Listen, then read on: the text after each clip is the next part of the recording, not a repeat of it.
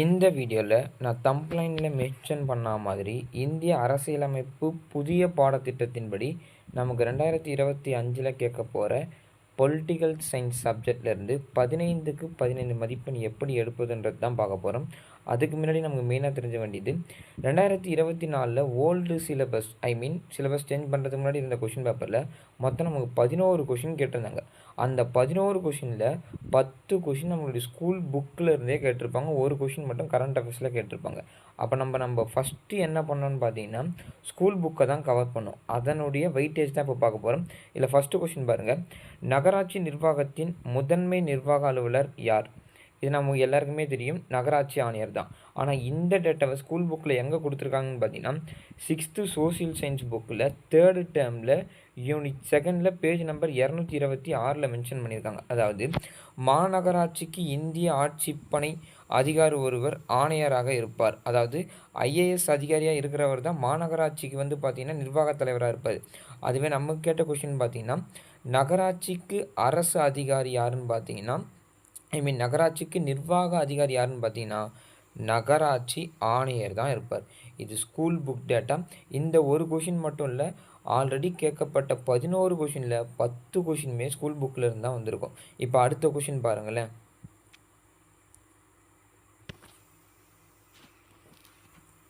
இந்த கொஷின் படிப்போம். கீழ்காணும் எந்த மாநிலங்கள் பொதுவாக உயர்நீதிமன்றத்தை பெற்றுள்ளன? அதாவது டெல்லி மற்றும் கொல்கத்தா இல்லை, டெல்லிக்கு டெல்லி தான், கொல்கத்தாவுக்கு கொல்கத்தா தான், தனித்தனி. கேரளா மற்றும் தெலுங்கானா இதுக்குமே தனித்தனி. பஞ்சாப் மற்றும் ஹரியானா, பஞ்சாப் மற்றும் ஹரியானாவுக்கு எங்கே இருக்குன்னு பார்த்தீங்கன்னா நமக்கு சண்டிகரில் இருக்கும். இதை பாருங்கள், ஸ்கூல் புக்கில் எங்கே மென்ஷன் பண்ணியிருக்காங்கன்னா 10th சோஷியல் சயின்ஸ் புக்கில் 3rd யூனிட்டில் பேஜ் நம்பர் 281. இவங்க என்ன கொடுத்துருக்காங்க, பஞ்சாப், ஹரியானா மற்றும் யூனியன் பிரதேசமான சண்டிகர் ஆகிய பகுதிகளுக்கு சண்டிகரில் உள்ள உயர்நீதிமன்றம் பொது நீதிமன்றமாக உள்ளது. ரொம்ப ரொம்ப முக்கியமான கொஷின் இது. அடுத்து என்ன கேட்பாங்கன்னு பார்த்தீங்கன்னா சென்னை, பம்பாய், கல்கட்டாவில் உயர்நீதிமன்றங்கள் ஏற்படுத்தப்பட்ட ஆண்டு என்னன்றதை நீங்கள் எனக்கு கமெண்டில் மென்ஷன் பண்ணிடுங்க. ஓகே, அடுத்த கொஷின் போவோம். இந்த கொஷினில் பார்த்தீங்கன்னா எந்த ஆண்டு இந்திய அரசால் முதல் செம்மொழியாக தமிழ் மொழி அறிவிக்கப்பட்டது? 2004. இது எல்லாருக்குமே தெரியும். பட் ஆனால் ஸ்கூல் புக்கில் எங்கே கொடுத்துருப்பாங்கன்னு பார்த்தீங்கன்னா 10th சோஷியல் சயின்ஸ் யூனிட் 1ல் பேஜ் நம்பர் 251. இதை பாருங்கள், 2024 ஆண்டு இந்திய அரசு செம்மொழி என்னும் புதிய வகைப்பாட்டை ஏற்படுத்த தீர்மானித்தது. அதன்படி 6 மொழிகள் செம்மொழி தகுதியை பெற்றுள்ள. அதில் ஃபஸ்ட்டே எது தான், 2004 தமிழ் தான். இப்போ உங்களுக்கான கொஷின் என்னென்னு பார்த்தீங்கன்னா உயர்நீதிமன்றத்தில் தமிழ் வழக்காடும் மொழியாக அறிவிக்கப்பட்ட ஆண்டு என்னன்றதை மென்ஷன் பண்ணிவிடுங்க. ரொம்ப ரொம்ப ரொம்ப ரொம்ப முக்கியமான கொஷின். ஓகே, அடுத்த கொஷினுக்கு போயிடுவோம்.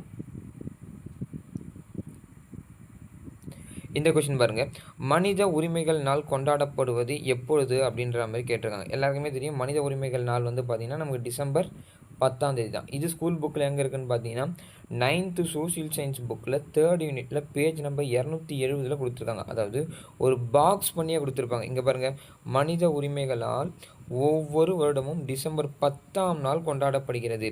அப்போ டிசம்பர் 1 என்னன்றது தெரிஞ்சுக்குங்க, டிசம்பர் 5 என்னன்றது தெரிஞ்சுங்க, டிசம்பர் 11 என்னன்றது தெரிஞ்சுங்க.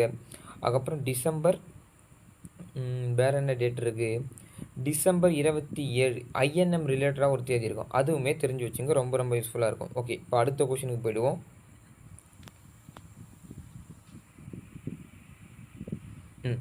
டிஎன்பிஎஸ்சி குரூப் 1, குரூப் 2, குரூப் 4 நீங்கள் எந்த எக்ஸாம் டிஎன்பிஎஸ்சியில் எழுதுறாமல் இருந்தாலும் இந்த பஞ்சாயத்து ராஜ் மற்றும் நகர்பாலிகாவை தெரிஞ்சுக்காமல் போய் எக்ஸாம் எல்லாம் உட்காருதீங்க. 100% கேட்கக்கூடிய ஒரு டாபிக்னு பார்த்தா பஞ்சாயத்து ராஜ் நகர்பாலிகா தான். இப்போ 2024 குரூப் 4 என்ன கொஷின் கேட்டிருக்காங்கன்னு பார்ப்போம். கீழே கொடுக்கப்பட்டுள்ள குழுக்களை கால வரிசைப்படுத்துக. அதாவது ஜிவிகே ராவ் குழு எப்பன்னு கேட்டிருக்காங்க. ஜிவிகே ராவ் குழு பார்த்தீங்கன்னா நமக்கு 1985. ஓகே, அடுத்து பல்வந்த் ராய் மேத்தா குழு, இதுதான் முதல்ல அமைக்கப்பட்ட குழு. அப்போ 1957. அடுத்து எல்எம் சிங்வி குழு, அதாவது நம்ம ஜிவிகே ராவ் குழுக்கு அடுத்து சிங்வி தான், 1986. ஓகே, அடுத்தது எனக்கு கொடுத்தாங்க அசோக் மேத்தா குழு, அதாவது 57க்கு அப்புறம் இதுவும் 7 தான் வரும், 77. ஸோ இதை கால வரிசைப்படுத்தினா 57, 77, 85, 86 வரும். அப்போ பார்த்தா ஆப்ஷன் டெல்லி 2413. ஓகேங்களா. பட் இது எங்கே நம்ம ஸ்கூல் புக்கில் கொடுத்துருப்பாங்கன்னு பார்த்தீங்கன்னா 9th சோஷியல் சயின்ஸ் புக்கில் 5th யூனிட்டில் பேஜ் நம்பர் 290 கொடுத்து வச்சுருக்காங்க. இங்கே பாருங்கள், பல்வந்தராய் மேத்தா குழு 1957ஆம் ஆண்டு அமைக்கப்பட்டது. இது என்ன முக்கிய கருத்து சொல்லியிருக்கான்? 3 அடுக்கு பஞ்சாயத்து அமைப்பு, கிராம அளவில் கிராம ஊராட்சிகள், நேரடி தேர்தல், வட்டார அளவில் பஞ்சாயத்து சமிதி, மாவட்ட அளவில் ஜில்லா பரிஷத். இது இந்த பாக்ஸில் கொடுத்துக்கிறது கூட வரக்கூடிய குரூப் 4ல் கேட்கலாம். ஸோ ரொம்ப ரொம்ப இம்பார்ட்டன்ட். அதுவே அசோக் மேத்தா குழு என்ன சொல்லியிருக்கு? 1977 அமைக்கப்பட்டு 78 வரைக்குமே ரன் ஆகிருக்கும். 2 அடுக்கு முறை மற்றும் அரசியல் கட்சிகள் அனைத்து நிலை தேர்தல்களிலும் பங்கு பெற வேண்டும் என சொல்லி வச்சிருக்கும். அடுத்து GVK ராவ் குழு 1985 திட்டக்குழுவால் நியமிக்கப்படுதல். இவங்க திட்டக்குழுவால் தான் நியமிக்கப்படணுன்ற மாதிரி பஞ்சாயத்து கமிஷனர் சொல்லியிருப்பாங்க. ஆனால் இவங்க டைரெக்டாக மாவட்ட அளவில் இடத்த மென்ஷன் பண்ணதுனால வேறற்ற பொருட்கள்ன்ற மாதிரி அவங்கள சொல்லியிருப்பாங்க. கடைசியாக LM சிங்வி குழு 1986, அதாவது அரசியலமைப்பு சட்ட திருத்தத்துக்கு உள்ளே எடுத்துகிட்டு வரதுக்கு இது ஒரு மெயின் ரீசனாகவே இருந்திருக்கும். ஓகே, அடுத்த கொஷின் பார்ப்போம்.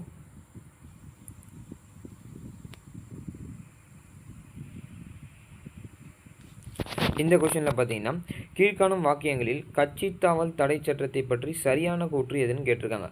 52வது அரசியலமைப்பு சட்டம் 1985 வரை தான் வந்திருக்கா? ஆமாம், வந்திருக்கு. அப்போ இந்த ஸ்டேட்மெண்ட் கரெக்டு. ஓகே, அடுத்து அரசியலமைப்பில் 9வது அட்டவணையில் இணைக்கப்பட்டது. இல்லையே, 10வது அட்டவணையில் தான் இதை இணைச்சிருப்பாங்க. 3வது ஸ்டேட்மெண்ட் 91வது அரசியலமைப்பு சட்ட திருத்தம் 2003 மூலமாக ஓர் திருத்தம் செய்யப்பட்டது. அப்படியா? ஆமாம், ஓர் திருத்தம் 2003 91வது சட்ட திருத்தத்தில் தான் செஞ்சுருப்பாங்க. அப்போ என்னென்ன ஆப்ஷன் கரெக்டுன்னு பார்த்தீங்கன்னா 1 மற்றும் 3. அப்படி பார்த்தா ஆப்ஷன் பாம்பே 1 மற்றும் 3 தான் சரி. இந்த பக்கம் பார்த்தீங்கன்னா கட்சி தாவல் தடை சட்டம் 52வது அரசியலமைப்பு சட்ட திருத்தம் தான் 85 தான் உருவாக்கியிருக்கும். அதுக்கப்புறம் கீழே பாருங்கள், 10வது அட்டவணையில் இணைக்கப்பட்டது. ஆனால் நம்ம கொஷினில் 9வது அட்டவணைன்னு கொடுத்துருப்பாங்க. கட்சி தாவல் தடை சட்டம் என அழைக்கப்படுகிறது. கரெக்ட் தான். இது பின்னர் 91வது அரசியலமைப்பு சட்ட திருத்தம் 2003 மூலமாக ஒரு திருத்தம் செய்யப்பட்டது. ஆமாம், இதிலேருந்து என்ன தெரிய வருதுன்னா, நமக்கு ஸ்கூல் புக்கில் என்ன டேட்டா கொடுத்துருக்காங்களோ அதை அப்படியே 100% இல்லைனா கூட 90% கட் அண்ட் பேஸ்ட்டாக தான் குரூப் 4 லெவலுக்கு கேட்குறாங்க. அப்போ ஸ்கூல் புக்கு டேட்டாவில் ரொம்ப ரொம்ப தெளிவாக இருக்கணும். அப்போ இந்த கொஷின் எங்கேருந்து கேட்டிருக்காங்கன்னு பார்த்தீங்கன்னா 11th political science book unit 11 page number 225 226 கேட்டிருக்காங்க. ஓகே, அடுத்த கொஷினுக்கு போயிடுவோம். இந்த கொஷனில் பார்த்தீங்கன்னா, கீழ்காணும் கூற்றுகளில் அரசு நெறியுறுத்தும் கோட்பாடுகளை பற்றி சரியான கூற்றை தேர்ந்தெடுங்க. அதாவது DPSPயை பற்றி கேட்குறாங்க. சட்டப்பிரிவு 36 51 வரை நெறியுறுத்தும் கோட்பாடுகள் பற்றி கூறுகிறது. ஆமாம், பகுதி 4 DPSPயை பற்றி தான் இருக்கும். அடுத்து டாக்டர் BR அம்பேத்கர் இதனை இந்திய அரசியலமைப்பின் புதுமையான சிற்பம் சொல்கிறார். கரெக்டு. 1 correct, 2 correct. 3வது, இந்த கொள்கை நீதிமன்றத்தால் வலுக்கட்டாயமாக செயல்படுத்த முடியும். இதுதான் தப்பு. வலுக்கட்டாயமாகவோ சரி, நார்மலாகவோ சரி, இதனால் செயல்படுத்த முடியுமான்னு கேட்டால் முடியாது. அப்போ ஆப்ஷன் 1 மற்றும் 2 சரி. ஆப்ஷன் C தான் கரெக்டு. ஓகேங்களா. இது ஸ்கூல் புக்கில் எங்கே கொடுத்துருப்பாங்கன்னு பார்த்தீங்கன்னா 10th சோஷியல் சயின்ஸ் புக்கில் யூனிட் 1 பேஜ் நம்பர் 255 கொடுத்துருப்பாங்க. இதில் நம்ம தெரிஞ்சுக்க வேண்டிய எக்ஸ்ட்ரா கொஷின் என்னென்னு பார்த்தீங்கன்னா, இந்த கொள்கைகளை நீதிமன்றத்தால் வலுக்கட்டாயமாக செயல்படுத்த முடியாது அப்படின்னு தான் புக்கில் இருக்கும். அப்போ முடியாதுன்னு சொல்கிற ஆர்டிக்கல் நம்பர் என்னன்றதை கமெண்டில் மென்ஷன் பண்ணிவிடுங்க. ஓகே, இதில் புக்கில் பார்த்துருவோமா? இந்திய அரசு நெறியுறுத்தும் கோட்பாடுகள் இந்திய அரசியலமைப்பு சட்டம் பகுதி 4 சட்டப்பிரிவு 36 51 வரை சொல்லியிருக்கு. ஆமாம், கரெக்டு தான். அடுத்து பார்த்தீங்கன்னா, இது ஒரு 3ஆக பிரிச்சிருப்பாங்க. சமதர்மம், காந்திவாத, தாராளமயம். இந்த டாப்பிக்கில் டஃப் பண்ணணும்னு கேட்டாங்கன்னா இதை 3ஆக பிரிச்சிருக்காங்க பார்த்தீங்களா? இதனுடைய ஆர்டிக்கல் நம்பர் வேணால் பார்த்து வச்சுங்க. ஓகே, அடுத்த லைன் பார்த்துங்க. இந்த கொள்கைகளை நீதிமன்றத்தால் வலுக்கட்டாயமாக செயல்படுத்த முடியாது. இதை தான் அப்படியே பிரிண்ட் எடுத்து வச்சுருக்காங்க பாருங்க.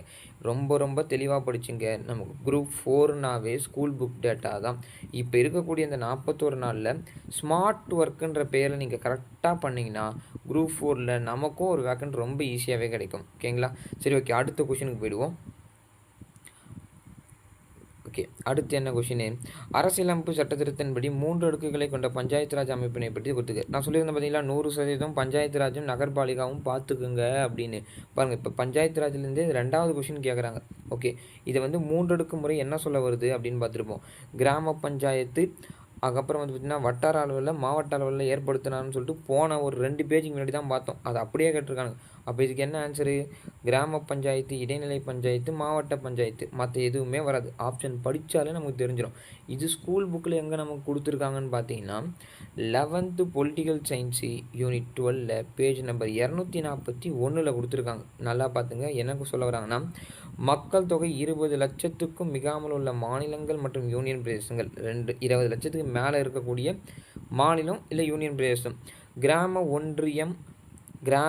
ஒன்றியம் மற்றும் மாவட்டத்தை கொண்ட 3 அடுக்கு, அதாவது கிராமம் ஒன்றியம் மாவட்டத்தை கொண்ட 3 அடுக்கு முறையாக உருவாக்கணும்னு சொல்லிட்டு 73வது சட்ட திருத்தத்தில் ஆர்டிக்கல் நம்பர் 243B சொல்லியிருப்பாங்க. அப்போ இந்த இடத்துல ஒன்றியம் என்பது தான் இந்த இடைநிலைன்னு நமக்கு தெரியணும். இதுவுமே ஸ்கூல் புக் டேட்டா தான். ஓகே, அடுத்த கொஷனுக்கு போய்டுவோம் நம்ம. இந்த கொஷினில் பாருங்கள். கூற்று: அரசியலமைப்பின் 249வது உறுப்பின்படி ஒரு அதிகாரத்தை மாநில பட்டியலிலிருந்து மத்திய பட்டியலுக்கு நாடாளுமன்றத்தால் மாற்ற முடியும். ஆமாம், 100% மாற்ற முடியும். காரணம்: தேசிய நலம் கருதி நாடாளுமன்றம் இம்மாற்றத்தை செய்யலாம். தேசிய நலம் கருதி நாடாளுமன்றம் இம்மாற்றத்தை செய்யலாம்னா ஆமாம், கன்ஃபார்மாக செய்யலாம். அப்போது ஏ மற்றும் ஆறும் இரண்டும் சரி, கூற்றும் கரெக்டாக விளக்குகிறதுன்னு போடணும். ஓகே, இது நமக்கு தெரியுது. ஆனால் ஸ்கூல் புக்கில் எங்கே இருக்குன்னு நமக்கு தெரியணும்ல. 12th பொலிட்டிக்கல் சயின்ஸ் புக்கில் யூனிட் 5 பேஜ் நம்பர் 96 கொடுத்துருக்காங்க. என்ன சார் கொடுத்துருக்காங்கன்னு பார்த்தீங்கன்னா, அரசியலமைப்பின் 249 உறுப்பின்படி ஒரு அதிகாரத்தை மாநில பட்டியலிருந்து மத்திய பட்டியலுக்கு மாநிலங்களவையால், இதுதான் முக்கியம், மாற்ற முடியும். தேசியம் நலன் கருதி மாநிலங்களவை இச்சட்டத்தை இயற்றலாம். ஆமாம், இயற்றலாம். பாருங்கள், இந்த கொஷின் கூட ஸ்கூல் புக்கில் என்ன பிரிண்ட் ஆகிருக்கோ அதை அப்படியே தான் கேட்குறாங்க. நல்லா தெரிஞ்சுங்க. நமக்கு இப்போ 15 கொஷின் கேட்க போகிறாங்கன்னா 100% 12 கொஷின், குறைந்தபட்சம் இல்லை அதிகபட்சம் 13 கொஷின் ஸ்கூல் புக்கில் இருந்து தான் வரும். அப்போ 2 கொஷின் எங்கேருந்து சார் கேட்பாங்க? டிகிரி லெவலில் கேட்பாங்களான்னு கேட்டால் அப்படிலாம் கிடையாது. கரண்ட் அஃபேர்ஸ் ரிலேட்டடாக பேசிக் கொஷின் கேட்கறதுக்கு சான்ஸ் அதிகம். ஓகேங்களா? இந்த கொஷினில் நம்ம எக்ஸ்ட்ராடினரியாக என்ன தெரிஞ்சுக்கணும்னா, அதாவது மாநில பட்டியலிருந்து ஒரு அதிகாரத்தை பொதுப்பட்டியலுக்கோ இல்லை மத்திய பட்டியலுக்கோ மாற்ற அதிகாரம் நாடாளுமன்றத்திற்கு உரியது, அதாவது இருக்குது அந்த பவர்னு சொன்னால் கூட ஸ்டேட்மெண்ட் கரெக்டு தான். ஏன்னா நாடாளுமன்றத்துக்குள்ளே தான் மக்களவை மாநிலங்களவை 2 இருக்குது. அப்போ அந்த அதிகாரத்தை யார் வச்சுருக்கா? மாநிலங்களவை தான் வச்சுருக்காங்க. அப்போ இது நாடாளுமன்றத்துக்குள்ளே வரதுனால நாடாளுமன்றம் இங்கே மென்ஷன் பண்ணியிருக்காங்க பாருங்கள். நாடாளுமன்றம்னு வந்தால் கூட ஸ்டேட்மெண்ட் கரெக்ட் தான். சப்போஸ் மக்களவைன்னு வந்தால் ஸ்டேட்மெண்ட் தப்பு. அதை பார்த்து வச்சுங்க. இந்த கொஷினில் பாருங்கள், யார் இந்திய அரசியலமைப்பின் சிற்பி என கருதப்படுகிறார்? இது எல்லாருக்குமே தெரியும், டாக்டர் B.R. அம்பேத்கர் தான். அப்போ இந்த பேசிக் கொஷின் கூட எந்த ஸ்கூல் புக்கில் இருக்குதுன்னு பார்த்தீங்கன்னா 6th சோசியல் சயின்ஸ் டேர்ம் 3 அதுவும் யூனிட் 1 பேஜ் நம்பர் 220 கொடுத்துருப்பாங்க. ஓகே, இப்போ இது புக்கில் என்ன கொடுத்துருக்காங்க? இந்திய அரசியலமைப்பு சட்டம் தான் உலகில் எழுதப்பட்ட அரசியலமைப்பு சட்டங்களே மிக நீண்டமானது. ஆமாம், இதை டாக்டர் B.R. அம்பேத்கரின் தலைமையிலான அரசியலமைப்பு சட்ட வரைவு குழு உருவாக்கியது. கரெக்டு.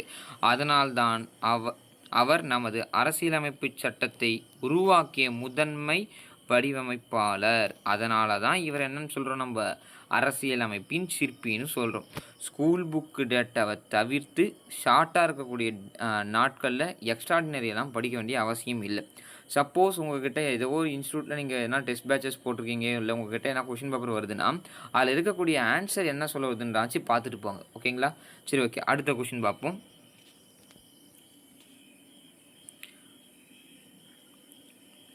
ஓகே, இந்த கொஷினில் வந்து பார்த்தீங்கன்னா நான் சொல்லியிருந்தேன் பார்த்தீங்களா, 11 கொஷின் கேட்டிருந்தாங்க. இதில் நம்ம கடந்து வந்த 10 கொஷினுமே ஸ்கூல் புக் டேட்டா தான். 11வது கொஷினாக இருக்கிறது கூட இது பார்த்திங்கன்னா நமக்கு அந்த 11th புக்கில் கொடுத்துருப்பாங்க. ஆனால் 11th புக்கில் தெளிவாக கொடுத்துருக்க மாட்டாங்க, இந்த பர்சனை பற்றி கொடுத்துருப்பாங்க. இதுதான் நம்ம கரண்ட் அஃபேர்ஸ் எடுத்துக்கிறா, கரண்ட் அஃபேர்ஸில் கேட்டிருக்க கொஷினாக இதை நம்ம எடுத்துக்கிறோம். என்ன கேட்டிருக்காங்க? நிதி ஆயோக்கின் நிர்வாகத் தலைவர் யார்? அதாவது நிதி ஆயோக்குடைய தலைவர் நமக்கு பிரதம அமைச்சர்னு தெரியும். அவங்க கேட்குறது நிர்வாகத் தலைவர், அதில் எக்ஸிக்யூட்டிவ் ஆஃபீஸர் யார் செயல்படுத்துகிற அளவுக்கு இருக்கிறாங்க அப்படின்னு பார்த்தீங்கன்னா யார்? வைஸ் சேர்மன் சொல்லக்கூடிய துணைத் தலைவர் தான் சொல்லுவாங்க. ஓகேங்களா? அப்போ இது ஒன்று தான் கரண்ட் அஃபேர்ஸ்.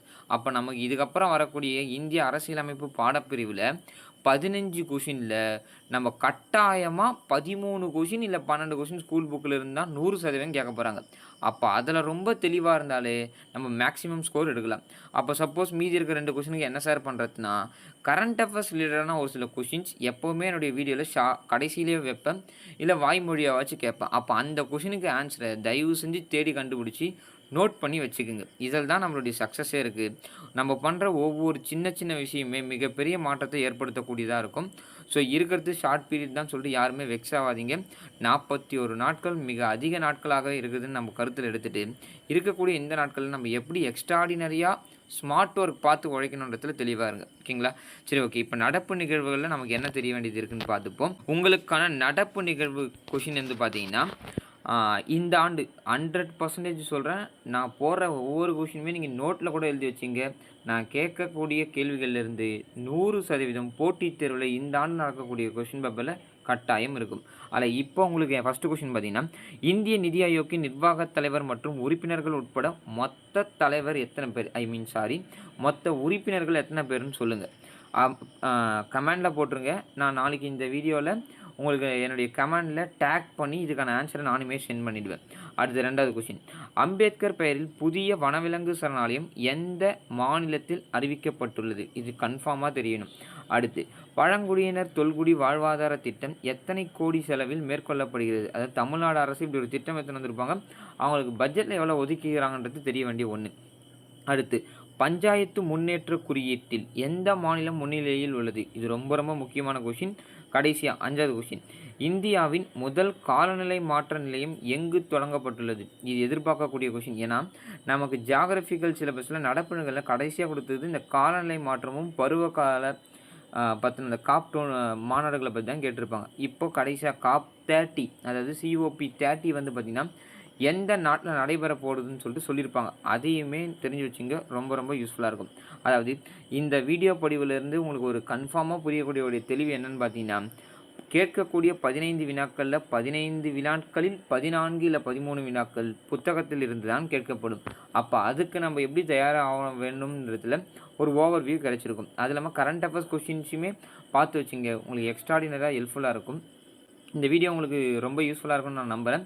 என்னுடைய வீடியோவை பார்க்குற எல்லாருக்குமே சப்ஸ்கிரைப் பண்ணி வச்சுக்கோங்க. ஏன்னா அடுத்தடுத்து போடக்கூடிய வீடியோஸ் கன்ஃபார்மாக உங்களுக்கு யூஸ்ஃபுல்லாக இருக்கணும் என்றதில் எனக்கு எந்த விதமான டவுட்டும் கிடையாது. ஃபாலோ பண்ணிங்க. தேங்க்யூ.